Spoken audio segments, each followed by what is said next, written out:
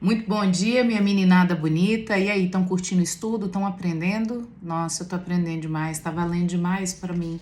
Todo dia eu já acordo na expectativa de assistir o vídeo pra aprender. Eu aprendo de verdade, todos os dias juntos com vocês, o que Deus está ensinando pra gente. Hoje a gente vai falar um assunto que foi muito pedido naquela caixinha de perguntas e que eu já estava com a intenção de trazer para vocês, é sobre vida financeira, prosperidade financeira. E para a gente falar sobre prosperidade financeira, nós vamos falar dos judeus. Os judeus, sem dúvida nenhuma, para quem estuda, sabem que eles são o povo mais próspero da terra. E para eles adquirirem dessa prosperidade, não é apenas porque eles são o povo escolhido de Deus, não é apenas porque Jesus era judeu, não. É porque eles seguem alguns princípios de prosperidade financeira e a gente vai estar falando sobre isso. Vamos começar dizendo que os judeus são 0,2 apenas, 0,2% da população mundial. Gente, é muito pouquinho, não é nem 1%. Na verdade, é menos de 1/4%, só é 0,2% da população mundial. No entanto, eles representam 11% dos milionários e bilionários do mundo. Isso é, gente, 50 vezes mais a proporção de população mundial. Olha que fantástico. 25% dos prêmios Nobel são dados para os judeus. Para vocês terem uma pequena noção, o Brasil não tem nenhum prêmio Nobel. Mas para eles viverem isso, toda essa prosperidade, eles seguem princípios bíblicos, né? Vamos falar sobre o primeiro princípio bíblico. Faça tudo com excelência. Seja o melhor em absolutamente tudo o que você se propôs a fazer, né? Existe essa fama de que quando você contrata um funcionário judeu, ele vai se destacar porque ele se esforça. Olha o que a Bíblia nos diz lá em Provérbios 22, no versículo 29. Você conhece alguém que faz o seu trabalho com cuidado e muita perfeição? Em pouco tempo, o valor dessa pessoa será reconhecido. E ele será chamado para trabalhar para o rei. Em outras versões diz assim, e ele será promovido e próspero. Gente, aqui tá falando sobre tudo que você for fazer com excelência. Eu quero trazer uma conjectura para o Brasil de algumas realidades muito tristes que nós temos.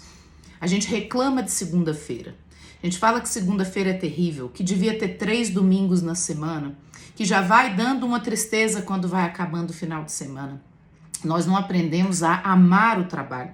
E quando a gente faz o trabalho, geralmente a gente não faz o trabalho ruim, mas a gente faz o trabalho médio. A gente fala assim, eu faço o que eu posso com o que eu tenho.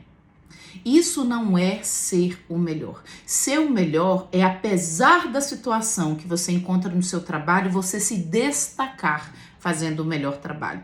Me lembro de uma grande amiga minha, Rayana, chegou do interior do Maranhão, sabe? Lá não tinha nem energia elétrica, mas ela tinha convicção sobre o princípio de fazer o melhor para poder ser próspera. Ela chegou na Brasiliense, né? Já tinha trabalhado numa outra lojinha, mas nada muito assim de computador, de sistemas, que era o que ela queria. E ela chegou na Brasiliense, ela se propôs a aprender. E a Rayana foi por uns 3 anos consecutivos funcionária de destaque da rede de autoescolas brasiliense, que é a maior rede de autoescolas do Brasil. Agora você vê, quando você se propõe a ser o melhor, não é apenas o seu chefe que te reconhece. Esse prêmio ele era dado pelos funcionários. Eles reconheciam qual era o funcionário que tinha se destacado entre todos os outros. Consequência, a Rayana foi promovida dentro da empresa umas 3 vezes. Ela ganhou pelo menos de 2 a 3 vezes mais. Quando ela saiu da empresa, ela estava ganhando mais do que o salário inicial. Isso significa que a Bíblia cumpre o propósito de você ser excelente e melhor no que você faz. Isso não tem nada a ver como você nasceu, se a sua família era pobre, se a sua família não era. Janaína, eu lavo o banheiro. Então lave o banheiro, que as pessoas saírem e digam, essa faxineira precisa ser promovida a supervisora de faxina, porque ela é fantástica.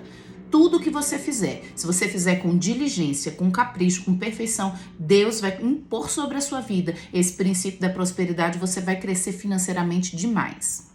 Segundo princípio judeu, para que você seja próspera, tenha uma boa reputação.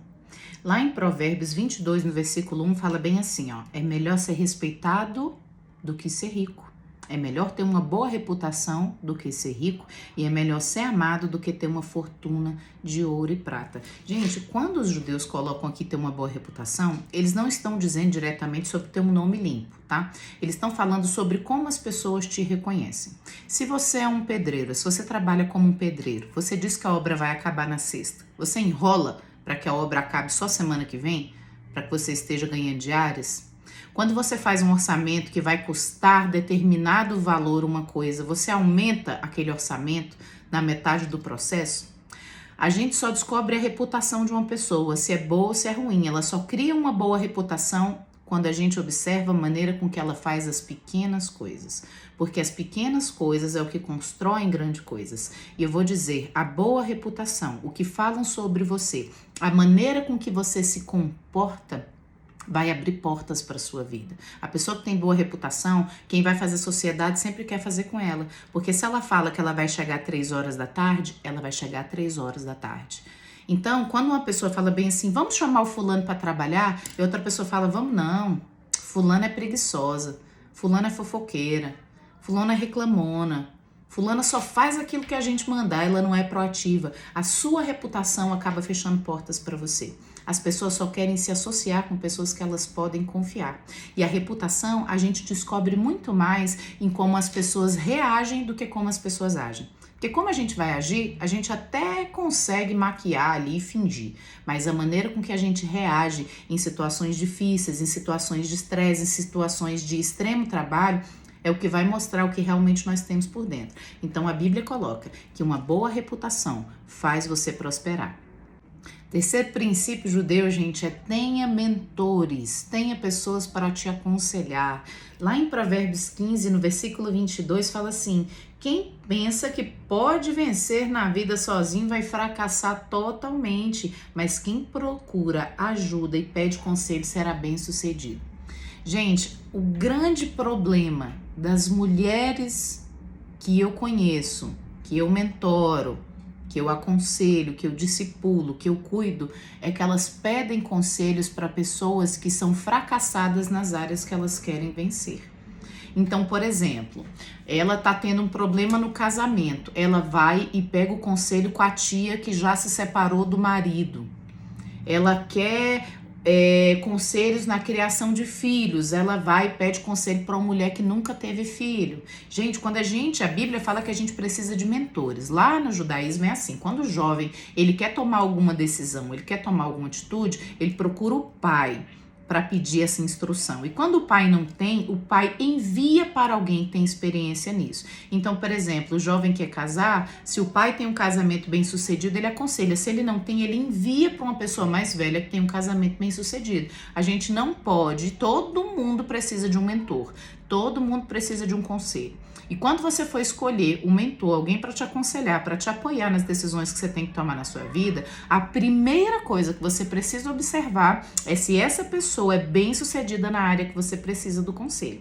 Então, terceiro princípio judeus, tenha mentores, tenha aconselhadores. O quarto princípio, gente, é que os judeus, eles aceitam a correção. Eles aceitam ser repreendidos. Lá em Provérbios 13, no versículo 18, fala assim, a pessoa que é rebelde contra quem quer disciplinar ela, acabará pobre. Olha que fantástico. A Bíblia tem as respostas. Mas quem dá valor à disciplina, à correção, receberá um tratamento honroso, ou seja, adquirirá riquezas, né, gente? Olha, os judeus, eles aceitam ser corrigidos. Isso é um grande problema que nós temos na mulherada do Brasil. A gente tem que ter cuidado com o que fala, como fala, para que a pessoa não se fira, para que não se levante um mimimi, vamos colocar dessa maneira. Gente, as pessoas que enriquecem, é por isso que pouca gente é rica, gente. Porque as pessoas que enriquecem, as pessoas que prosperam, elas amam ser corrigidas. Elas amam que as pessoas falem, ó, não vai para esse caminho não, vai para esse caminho que você tá indo vai dar errado. A partir do momento que a gente endurece a nossa casca, que alguém chega e dá um conselho e a gente se agradece, a gente se alegra, a gente fala, vai encurtar o meu caminho para chegar no meu objetivo, a gente cresce. Mas quando a gente fica assim, olha, não fale comigo não, quem você pensa que é? Tá tentando destruir o meu sonho. Quando você começa a trabalhar em cima de não ser corrigida, muito provavelmente você não vai prosperar. A Bíblia diz que aquele que ama ser corrigido, que ama buscar a correção e a repreensão, será rico. Outra coisa que fala lá em Provérbios 13, no versículo 24. O pai que não corrige o seu filho quando é preciso, mostra que não tem amor por ele. Ou seja, Deus ele vai colocar pessoas no seu caminho, como pai que ele é, para te corrigir, para demonstrar o amor dele que ele tem por você, para encurtar o seu caminho até seu objetivo. Então, quando alguém vier te corrigir, vier te dar um toque, vier te dar uma sugestão, não se rebele contra essa pessoa. O orgulho atrapalha as pessoas de prosperarem financeiramente. É melhor você abrir mão do orgulho, pegar um conselho, encurtar o seu caminho, do que ficar com seu orgulho próprio, pobre, sofrendo. E o quinto, gente, o último princípio, tem vários, tá? Eu tentei colocar aqui mais resumido, é sobre solidariedade. Lá em Provérbios 11, no versículo 25, fala bem assim, ó. A pessoa generosa terá sempre mais e mais e mais e receberá de volta todo o bem que fez aos outros. Os judeus, ele tem a cultura da gaveta vazia. De 1 a 2 vezes por ano, eles tiram todas as roupas que eles têm no guarda-roupa, todas. E as roupas que eles não usarem 2 meses para trás, por exemplo, eles doam. O acúmulo, gente, atrapalha. O acúmulo é um antídoto para a riqueza. Deus, ele observa o coração generoso. Muitas vezes a gente não retira as coisas dos nossos armários por apego, por preguiça, por esperar uma oportunidade, quando na verdade quem está perdendo de ser enriquecido, de ser próspero, de ser abençoado é você. Porque a Bíblia diz que aquele que é generoso sempre terá mais e mais. Os judeus, por exemplo, eles fazem também uma ajuda comercial. Judeu tenta sempre comprar na loja de judeu. Eles se alegram com a vitória uns dos outros porque são um povo só. Quantas vezes, gente, você compra um carro novo, vai mostrar para uma amiga, para uma colega, para outra mulher e ela fala assim, nossa, é até bonito, pena que a cor é difícil de vender, né? Menosprezam as vitórias das outras. Isso é falta de solidariedade. Quando você comemora, quando você apoia, quando você tenta enriquecer outra pessoa, a Bíblia diz que você será recompensado por isso. Então eu quero te dizer que existe o desperdício em cima disso, tá? Os judeus nunca desperdiçam. Eles nem colocam o lixo do pão, por exemplo, que eles comem muito pão, junto com o resto dos lixos da casa. Eles colocam um saquinho separado para que as pessoas que passam fome possam passar e pegar aquele pão. Eles valorizam o pão, a comida. Quando Jesus multiplicou os pães e os peixes para aquela multidão que estava com muita fome, todo mundo comeu e sobraram vários cestos, Jesus falou, recolha tudo, não deixe que nada seja desperdiçado. Então Jesus, ele era um judeu que entendia o princípio, que o desperdício era algo que impedia as pessoas de enriquecer. E o desperdício não é só a gente jogar comida fora, não. O desperdício é a gente ter 40 pares de sapato que a gente não usa, é a gente comprar 7 shampoos e eles ficarem ali vencendo, é a gente colecionar coisas. Então, assim, a gente tem que ter muito cuidado para a gente não confundir coleção com acúmulo, tá, gente? Porque isso é um grande ladrão de riquezas. Divida aquilo que você tem, seja generoso com as pessoas, com as que precisam e com as que você acha que não precisa também. Quanto mais você der, mais Deus vai te recompensar.